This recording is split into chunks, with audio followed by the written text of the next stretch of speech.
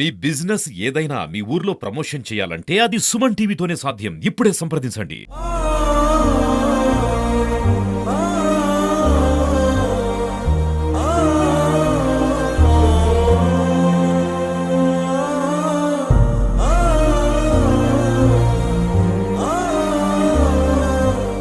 కాకినాడలో హృదయ విదారక ఘటన చోటు చేసుకుంది. కాకినాడలోని రమణయ్యపేట ఏరియాలో ఉన్న ఈ అపార్ట్మెంట్ ఏదైతే ఉందో ఇందులో సెకండ్ ఫ్లోర్ లో ఉండే వానపల్లి చంద్రకిషోర్ తన ఇద్దరు పిల్లలతో భార్యతో కలిసి ఇక్కడ జీవనం సాగిస్తున్నాడు.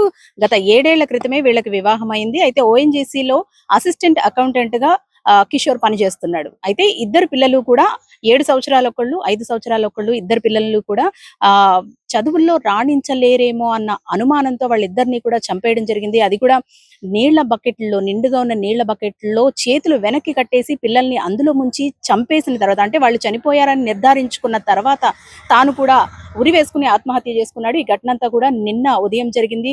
9:30 నుంచి 11:30 ప్రాంతంలో ఈ ఘటన జరిగిందంటూ కూడా పోలీసులు చెబుతున్నారు.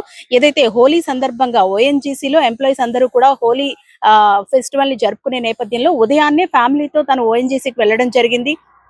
అక్కడికి వెళ్ళిన 10 నిమిషాలకే భార్యను అక్కడ ఉండమని పిల్లల్ని కొత్త స్కూల్లో జాయిన్ చేసిన నేపథ్యంలో ఆ స్కూల్ కి సంబంధించిన యూనిఫామ్ మెజర్మెంట్స్ కోసం అని చెప్పి ఆ పని ముగించుకుని వస్తాను, నువ్వు ఇక్కడే ఉండంటూ చెప్పి అక్కడి నుంచి బయటకు రావడం జరిగింది. నేరుగా ఇంటికి రావడం తర్వాత ఈ ఘటనకు పాల్పడడం జరిగింది. అయితే కొద్దిసేపటికే భార్య ఎంతసేపటికి రాకపోయేసరికి అనుమానం వచ్చి కాల్ చేసినా సరే లిఫ్ట్ చేయలేదు. 10 నిమిషాల్లో వస్తానంటూ కూడా మెసేజ్ చేసినట్లుగా కూడా భార్య తరపు వాళ్ళందరూ కూడా చెబుతున్న పరిస్థితి. అయితే ఎంతసేపు అయినా సరే తిరిగి రాకపోవడం, ఎన్నిసార్లు కాల్ చేసినా స్పందించకపోవడంతో ONGC ఆఫీస్ లో ఉన్న ఎంప్లాయీస్ తో కలిసి తాను ఇంటికి రావడం జరిగింది. ఇంటికి వచ్చిన తర్వాత లోపల గడియ పెట్టి ఉండడంతో కిటికీ స్క్రూలు అయితే తీసి వాళ్ళ లోపలికి వెళ్ళడం జరిగింది.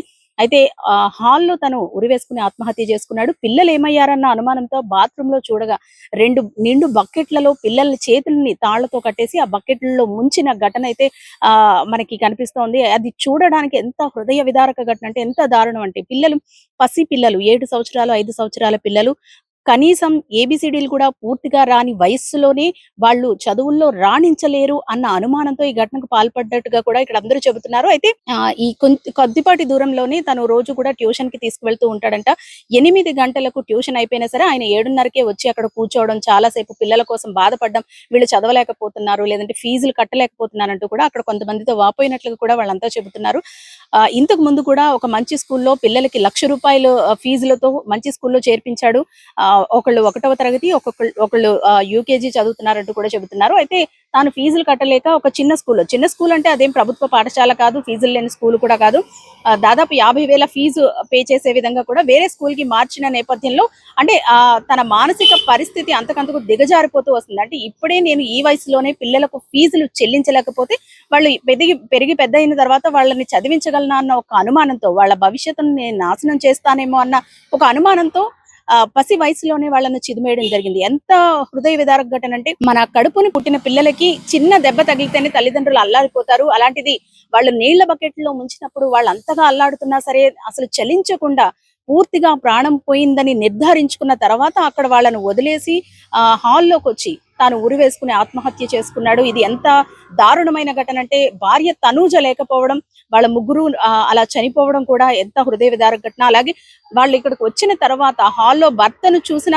తర్వాత తను నిర్ఘాంతపోయింది. అసలు పిల్లలు ఏమయ్యారని ఆ బెడ్రూమ్ లో బాత్రూమ్ డోర్ ఓపెన్ చేయగా నిండు బకెట్లలో చిన్న పిల్లలను చూసి ఆమె తల్లడిల్లిపోయింది. అయితే ఒక చిన్న పొరపాటు ఒక భార్యగా, ఒక తల్లిగా తాను జీవితాంతం మోయాల్సిన దుఃఖాన్నైతే మిగిల్చి ఆయన ఈ ఘాతుకానికి పాల్పడ్డాడు. మానసిక పరిస్థితి ఏ విధంగా ఉందనేది అర్థం చేసుకోవచ్చు. ఎందుకంటే చిన్న పిల్లలంటే ఇప్పుడే వాళ్ళు చదువుతారా, చదవగలరా, రాణించగలరా అనేది మనం ఒక అంచనా వేయలేం. కేవలం 1వ తరగతి UKG స్టేజ్ లో ఉన్న పిల్లలు ఆడుతూ పాడుతూ తమ కాలాన్ని వెళ్లదీస్తూ ఉంటారు. ఆ టైంలోనే వాళ్ళు చదవలేరని ఒక ముద్రను తన మనసులో వేసుకుని ఈ ఘాతుకానికి అయితే పాల్పడ్డాడు.